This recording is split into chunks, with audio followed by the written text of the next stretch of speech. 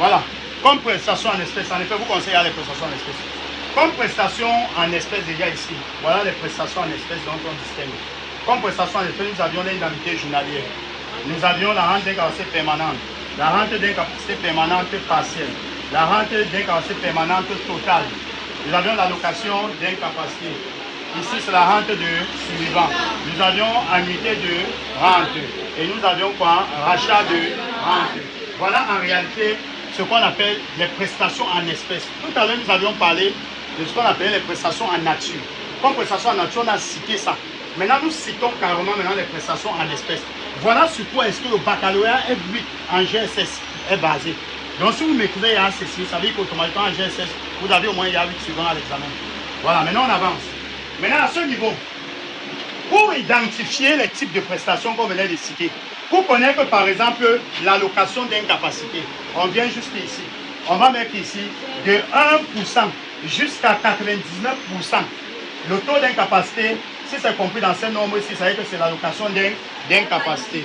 Et l'allocation d'incapacité, maintenant, à son tour, c'est égal à la rémunération mensuelle moyenne fois 85 fois le taux d'incapacité fois 10 fois 12 divisé par 100.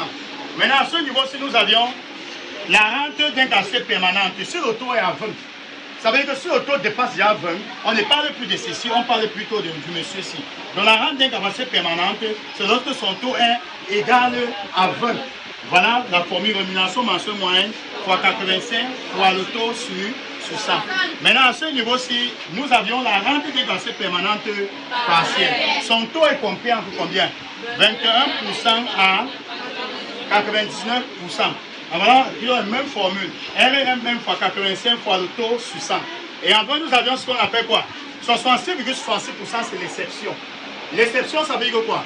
Son taux est à 66,66% et ici on parle de quoi? De la pension d'invalidité. Or, maintenant, la formule c'est RRM fois 30 sur 100.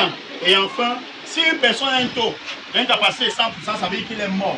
C'est-à-dire que la prestation, c'est quoi? La rente d'incapacité permanente totale. Donc la rémunération mensuelle moyenne fois 85 divisé par 100. Oh, d'accord.